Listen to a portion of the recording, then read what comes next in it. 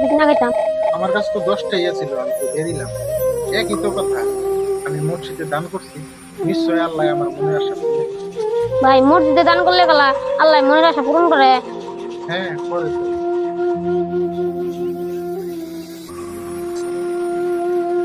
ভাই আমিও তো দান করলাম, তাহলে আল্লাহ কি আমার মনের আশা পূরণ করবো? অবশ্যই করবো। তোমার মনের ইচ্ছা কি ছোট ভাই? আমার মনের ইচ্ছা হইলো আমি জানি এক বেলা পেট ভরে খাইয়া হারি। তাহলে তোমার মনের ইচ্ছা কি?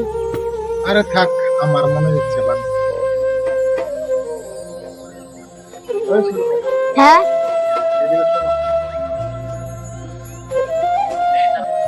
আমারটা বাদ দাও, এখন তোমার মনের ইচ্ছা পূরণ হবে। কিভাবে?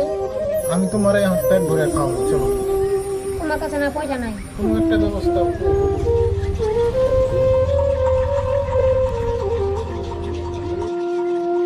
তুমি তো আমারে খিলাইলা, তোমার মনের আশাটা কি তা তো কইলা না। আমার মনের আশা থাক, বাদ দাও। সামনের মাসে থেকে আল্লাহ যে রেজেকে কি থুইছে তা তো জানি না।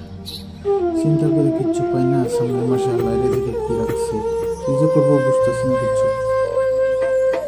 হ্যালো, আপনার ফাইলটা দেখছি আমি, অল্প ভুল আছে। আপনি কালকে অফিসে আসেন, কথা হবে। এই ওয়াইটারগুলো যে কোথায় গেল, বিলটা নিয়ে আসবে, তাড়াতাড়ি যাইতে লাগে। ওটা কে? এটা মকবুল না?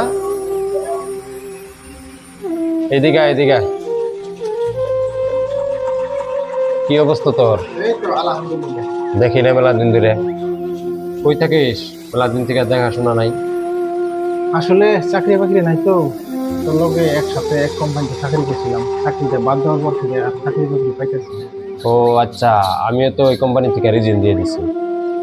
তারপর আমি এখন আমার মামার কোম্পানিতে চাকরি করছি, সিও হিসাবে আছি। তোর চাকরি লাগবে, তুই আমার লগে কথা কবি না? আমার লগে দেখা করবি না? তুই তুই আমার একটাবার বলতি। আসলে চাকরির পেশারে তোর কথা আমার মনে নেই। কালকে থেকে এসে আমার কোম্পানিতে জয়েন করিস তুই। এখন লোক নিচ্ছে, তুই আমার বন্ধু, ফাইল টাইল কিছু লাগবে না, তুই কালকে থেকে জয়েনিং হয়ে যাস। আরে কি কস, কালকে ফাইল টাইল নিয়ে মনে একবারে। আরে কিসের ফাইল? ফাইলটা